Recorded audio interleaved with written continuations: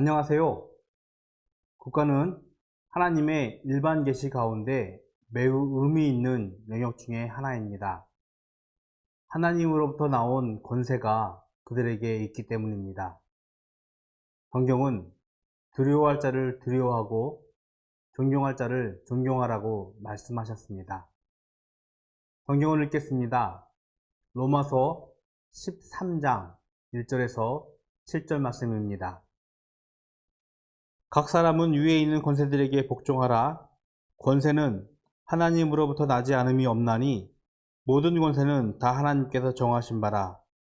그러므로 권세를 거스르는 자는 하나님의 명을 거스름이니 거스르는 자들은 심판을 자취하리라. 다스리는 자들은 선한 일에 대하여 두려움이 되지 않고 악한 일에 대하여 되나니 내가 권세를 두려워하지 아니하려느냐? 선을 행하라. 그리하면 그에게 칭찬을 받으리라. 그는 하나님의 사역자가 되어 내게 선을 베푸는 자니라. 그러나 내가 악을 행하거든 두려워하라. 그가 공연히 칼을 가지지 아니하였으니 곧 하나님의 사역자가 되어 악을 행하는 자에게 진노하심을 따라 부응하는 자니라. 그러므로 복종하지 아니할 수 없으니 진노 때문에 할 것이 아니라 양심을 따라 할 것이라. 너희가 조세를 바치는 것도 이로 말미암음이라. 그들이 하나님의 일꾼이 되어 바로 이 일에 항상 힘쓰느니라. 모든 자에게 줄 것을 주되 조세를 받을 자에게 조세를 바치고 관세를 받을 자에게 관세를 바치고 두려워할 자를 두려워하며 존경할 자를 존경하라.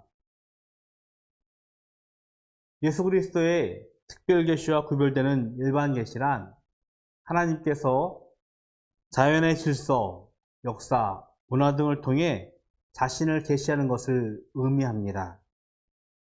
일반 계시로 구분되는 국가는 인간의 문화와 정신을 기반으로 인간의 양심과 질서를 보존할 수 있는 권력을 가진 기구입니다.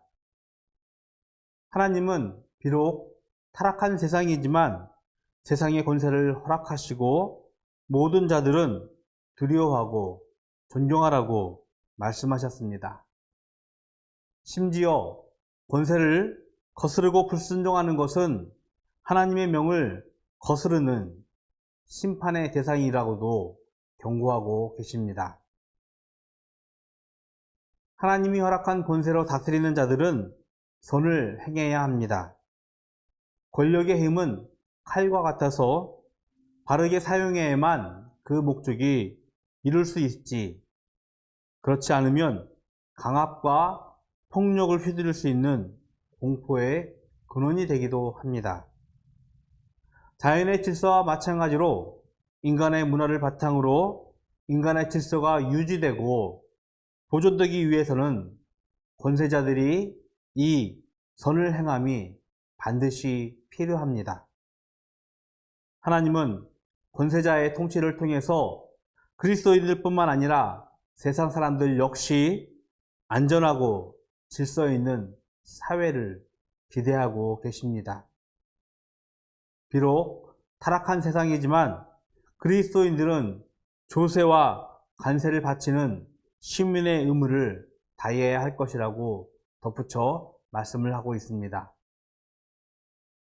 반면에 하나님은 권세를 가진 자에게 불순종하는 자를 심판하듯이 권세를 가진 자가 악을 행할 때 하나님의 진노와 보응이 반드시 따를 것이라고 경고하셨습니다.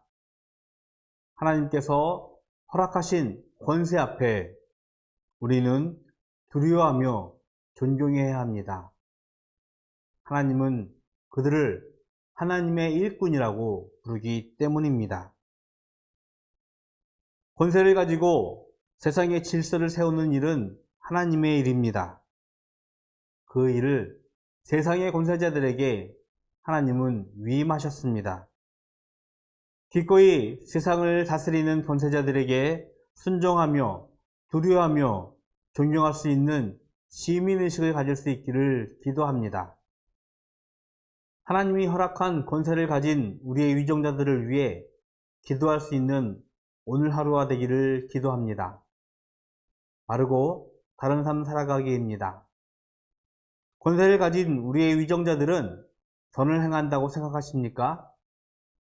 혹 그렇지 않음에도 나는 그들의 권세를 인정하고 순종할 수 있습니까? 기도하겠습니다.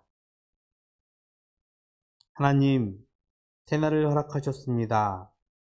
오늘은 특별히 하나님께서 허락하신 권세에 관한 말씀을 묵상했습니다. 하나님께서 허락하신 이 권세 앞에 우리가 두려워할 수 있으며 존중할 수 있는 삶을 살게 하여 주시옵시고, 그로 인하여 우리의 질서와 우리의 삶이 하나님의 사랑 가운데 안녕을 이룰 수 있도록, 평화를 이룰 수 있도록 주님 지켜주시옵소서. 특별히 우리 위정자들을 위해 기도합니다. 하나님께서 허락하신 권세 앞에 순종을 하며 국민들을 위해 선을 베풀 수 있는 선한 양심과 긍휼함을 허락하여 주시옵소서. 예수 그리스도의 이름으로 기도드렸습니다. 아멘.